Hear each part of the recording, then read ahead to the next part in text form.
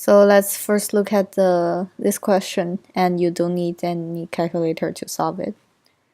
So we have our question here, and basically it is the hardest thing for this question is to find what u should be, and the rest of the part is pretty easy. So we set the u as x to the power of 4 here, and then we can get that du equals 4 times x to the power of 3. And therefore we can get x to the power of 3 dx equals du over 4. So then we bring this equation back to the question, which is e to the power of u times du over 4.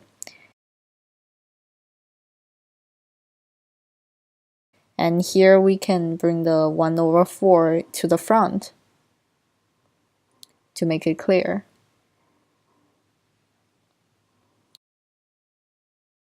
But because u equals to x to the power of 4, we can get this equation. Remember to write plus c, or you might lose a point. So the answer for this question is 1 over 4 e to the x to the power of 4 plus c.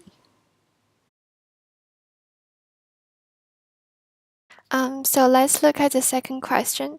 So first I'll just copy down the question. So as we know, it's like fx equals to gx, so I just write out everything here. It's pretty self-explanatory. So firstly, you have to just type out everything on the calculator like I just did, and then hit graph. And the calculator will graph everything for you. So the next step is to find zeros. So you go second trace, which that's how I do it here, and second zero. So you know that the first zero is when x equals to 0, and then you look for the second one. And yeah, that's how I do it on my computer. So I know that the second zero is when x equals to approximately 1.74. So that will be the answer to my second zero, and that's the two answers to the first question. And now just writing down the two answers on the paper.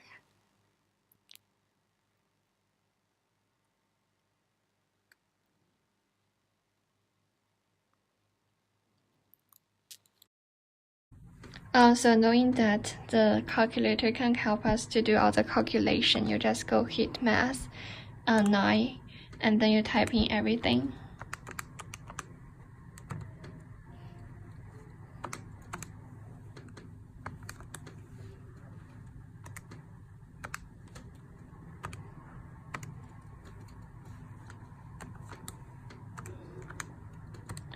Like this. And then you hit enter.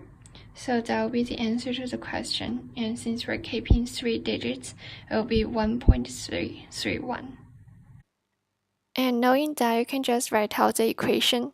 And if you have any problem of this, you can refer to our handout, which will also be attached in the email, and refer to the part where it says two definite integrals areas between curves.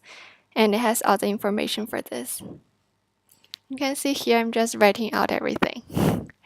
And the second question asks you to find the area of region enclosed by the graphs of f and g.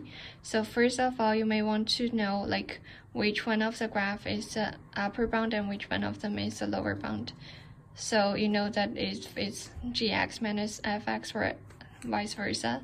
So how I do it here is so that I first type in x to x squared, and I'll look at the graph here, and then I'll go back to the graph, go back to the y-equal, and then I'll type in the graph for like gx.